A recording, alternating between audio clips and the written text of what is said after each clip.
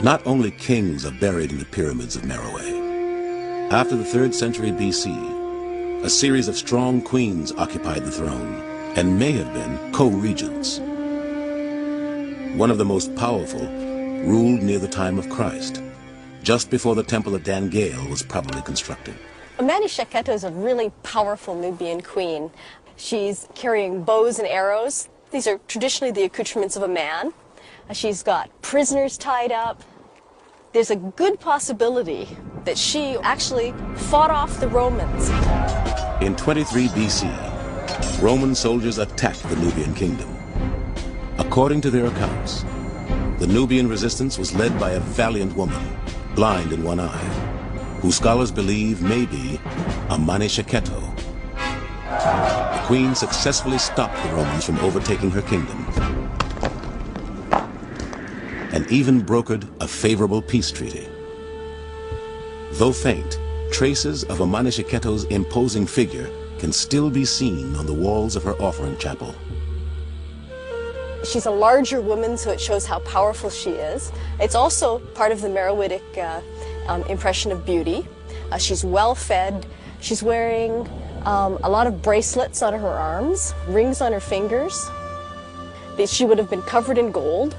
She was a very lucky lady to have a lot of this jewelry.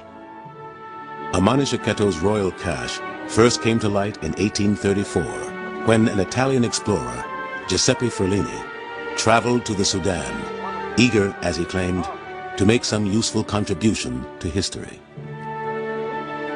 In fact, he was really searching for gold. Ferlini hoped to make a fortune selling antiquities back in Europe. His greed led him to the pyramid fields of Meroe.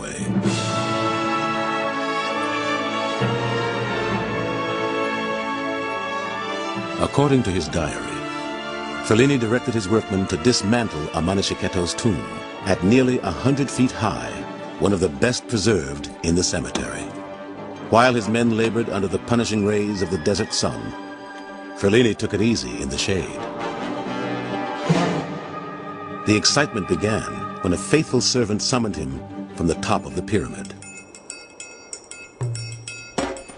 I got up and raced over, my heart filled with hopes of some delightful adventure. At the summit, Ferlini reported that his men had discovered a chamber hidden beneath the stones. From within emerged a bronze bowl filled with objects wrapped in cloths of linen. Ferlini had hit the jackpot. As it became evening, I brought the discovered objects to my tent, and after all the servants had given over to sleep, I pulled out the precious objects and studied them with my soul filled with joy.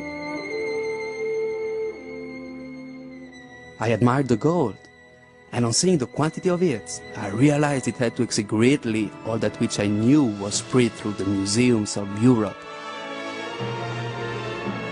Ferlini had discovered a dazzling hoard of jewels. Today, much of this cache is housed in Munich's Egyptian Museum. Gold bracelets covered with decorative bands of fused glass. Ornamental pendants bearing images of the gods. And dozens of heavy gold rings, some incised with the figure of Amun. This is one of the greatest treasures ever found in Nubia. It gives us a very good idea of what the kings and the queens would have been wearing at the time. Though Ferlini's raid did bring the incredible cache to light, a price was paid for the discovery. The explorer's ruthless quest for gold destroyed Amani Shakatou's pyramid.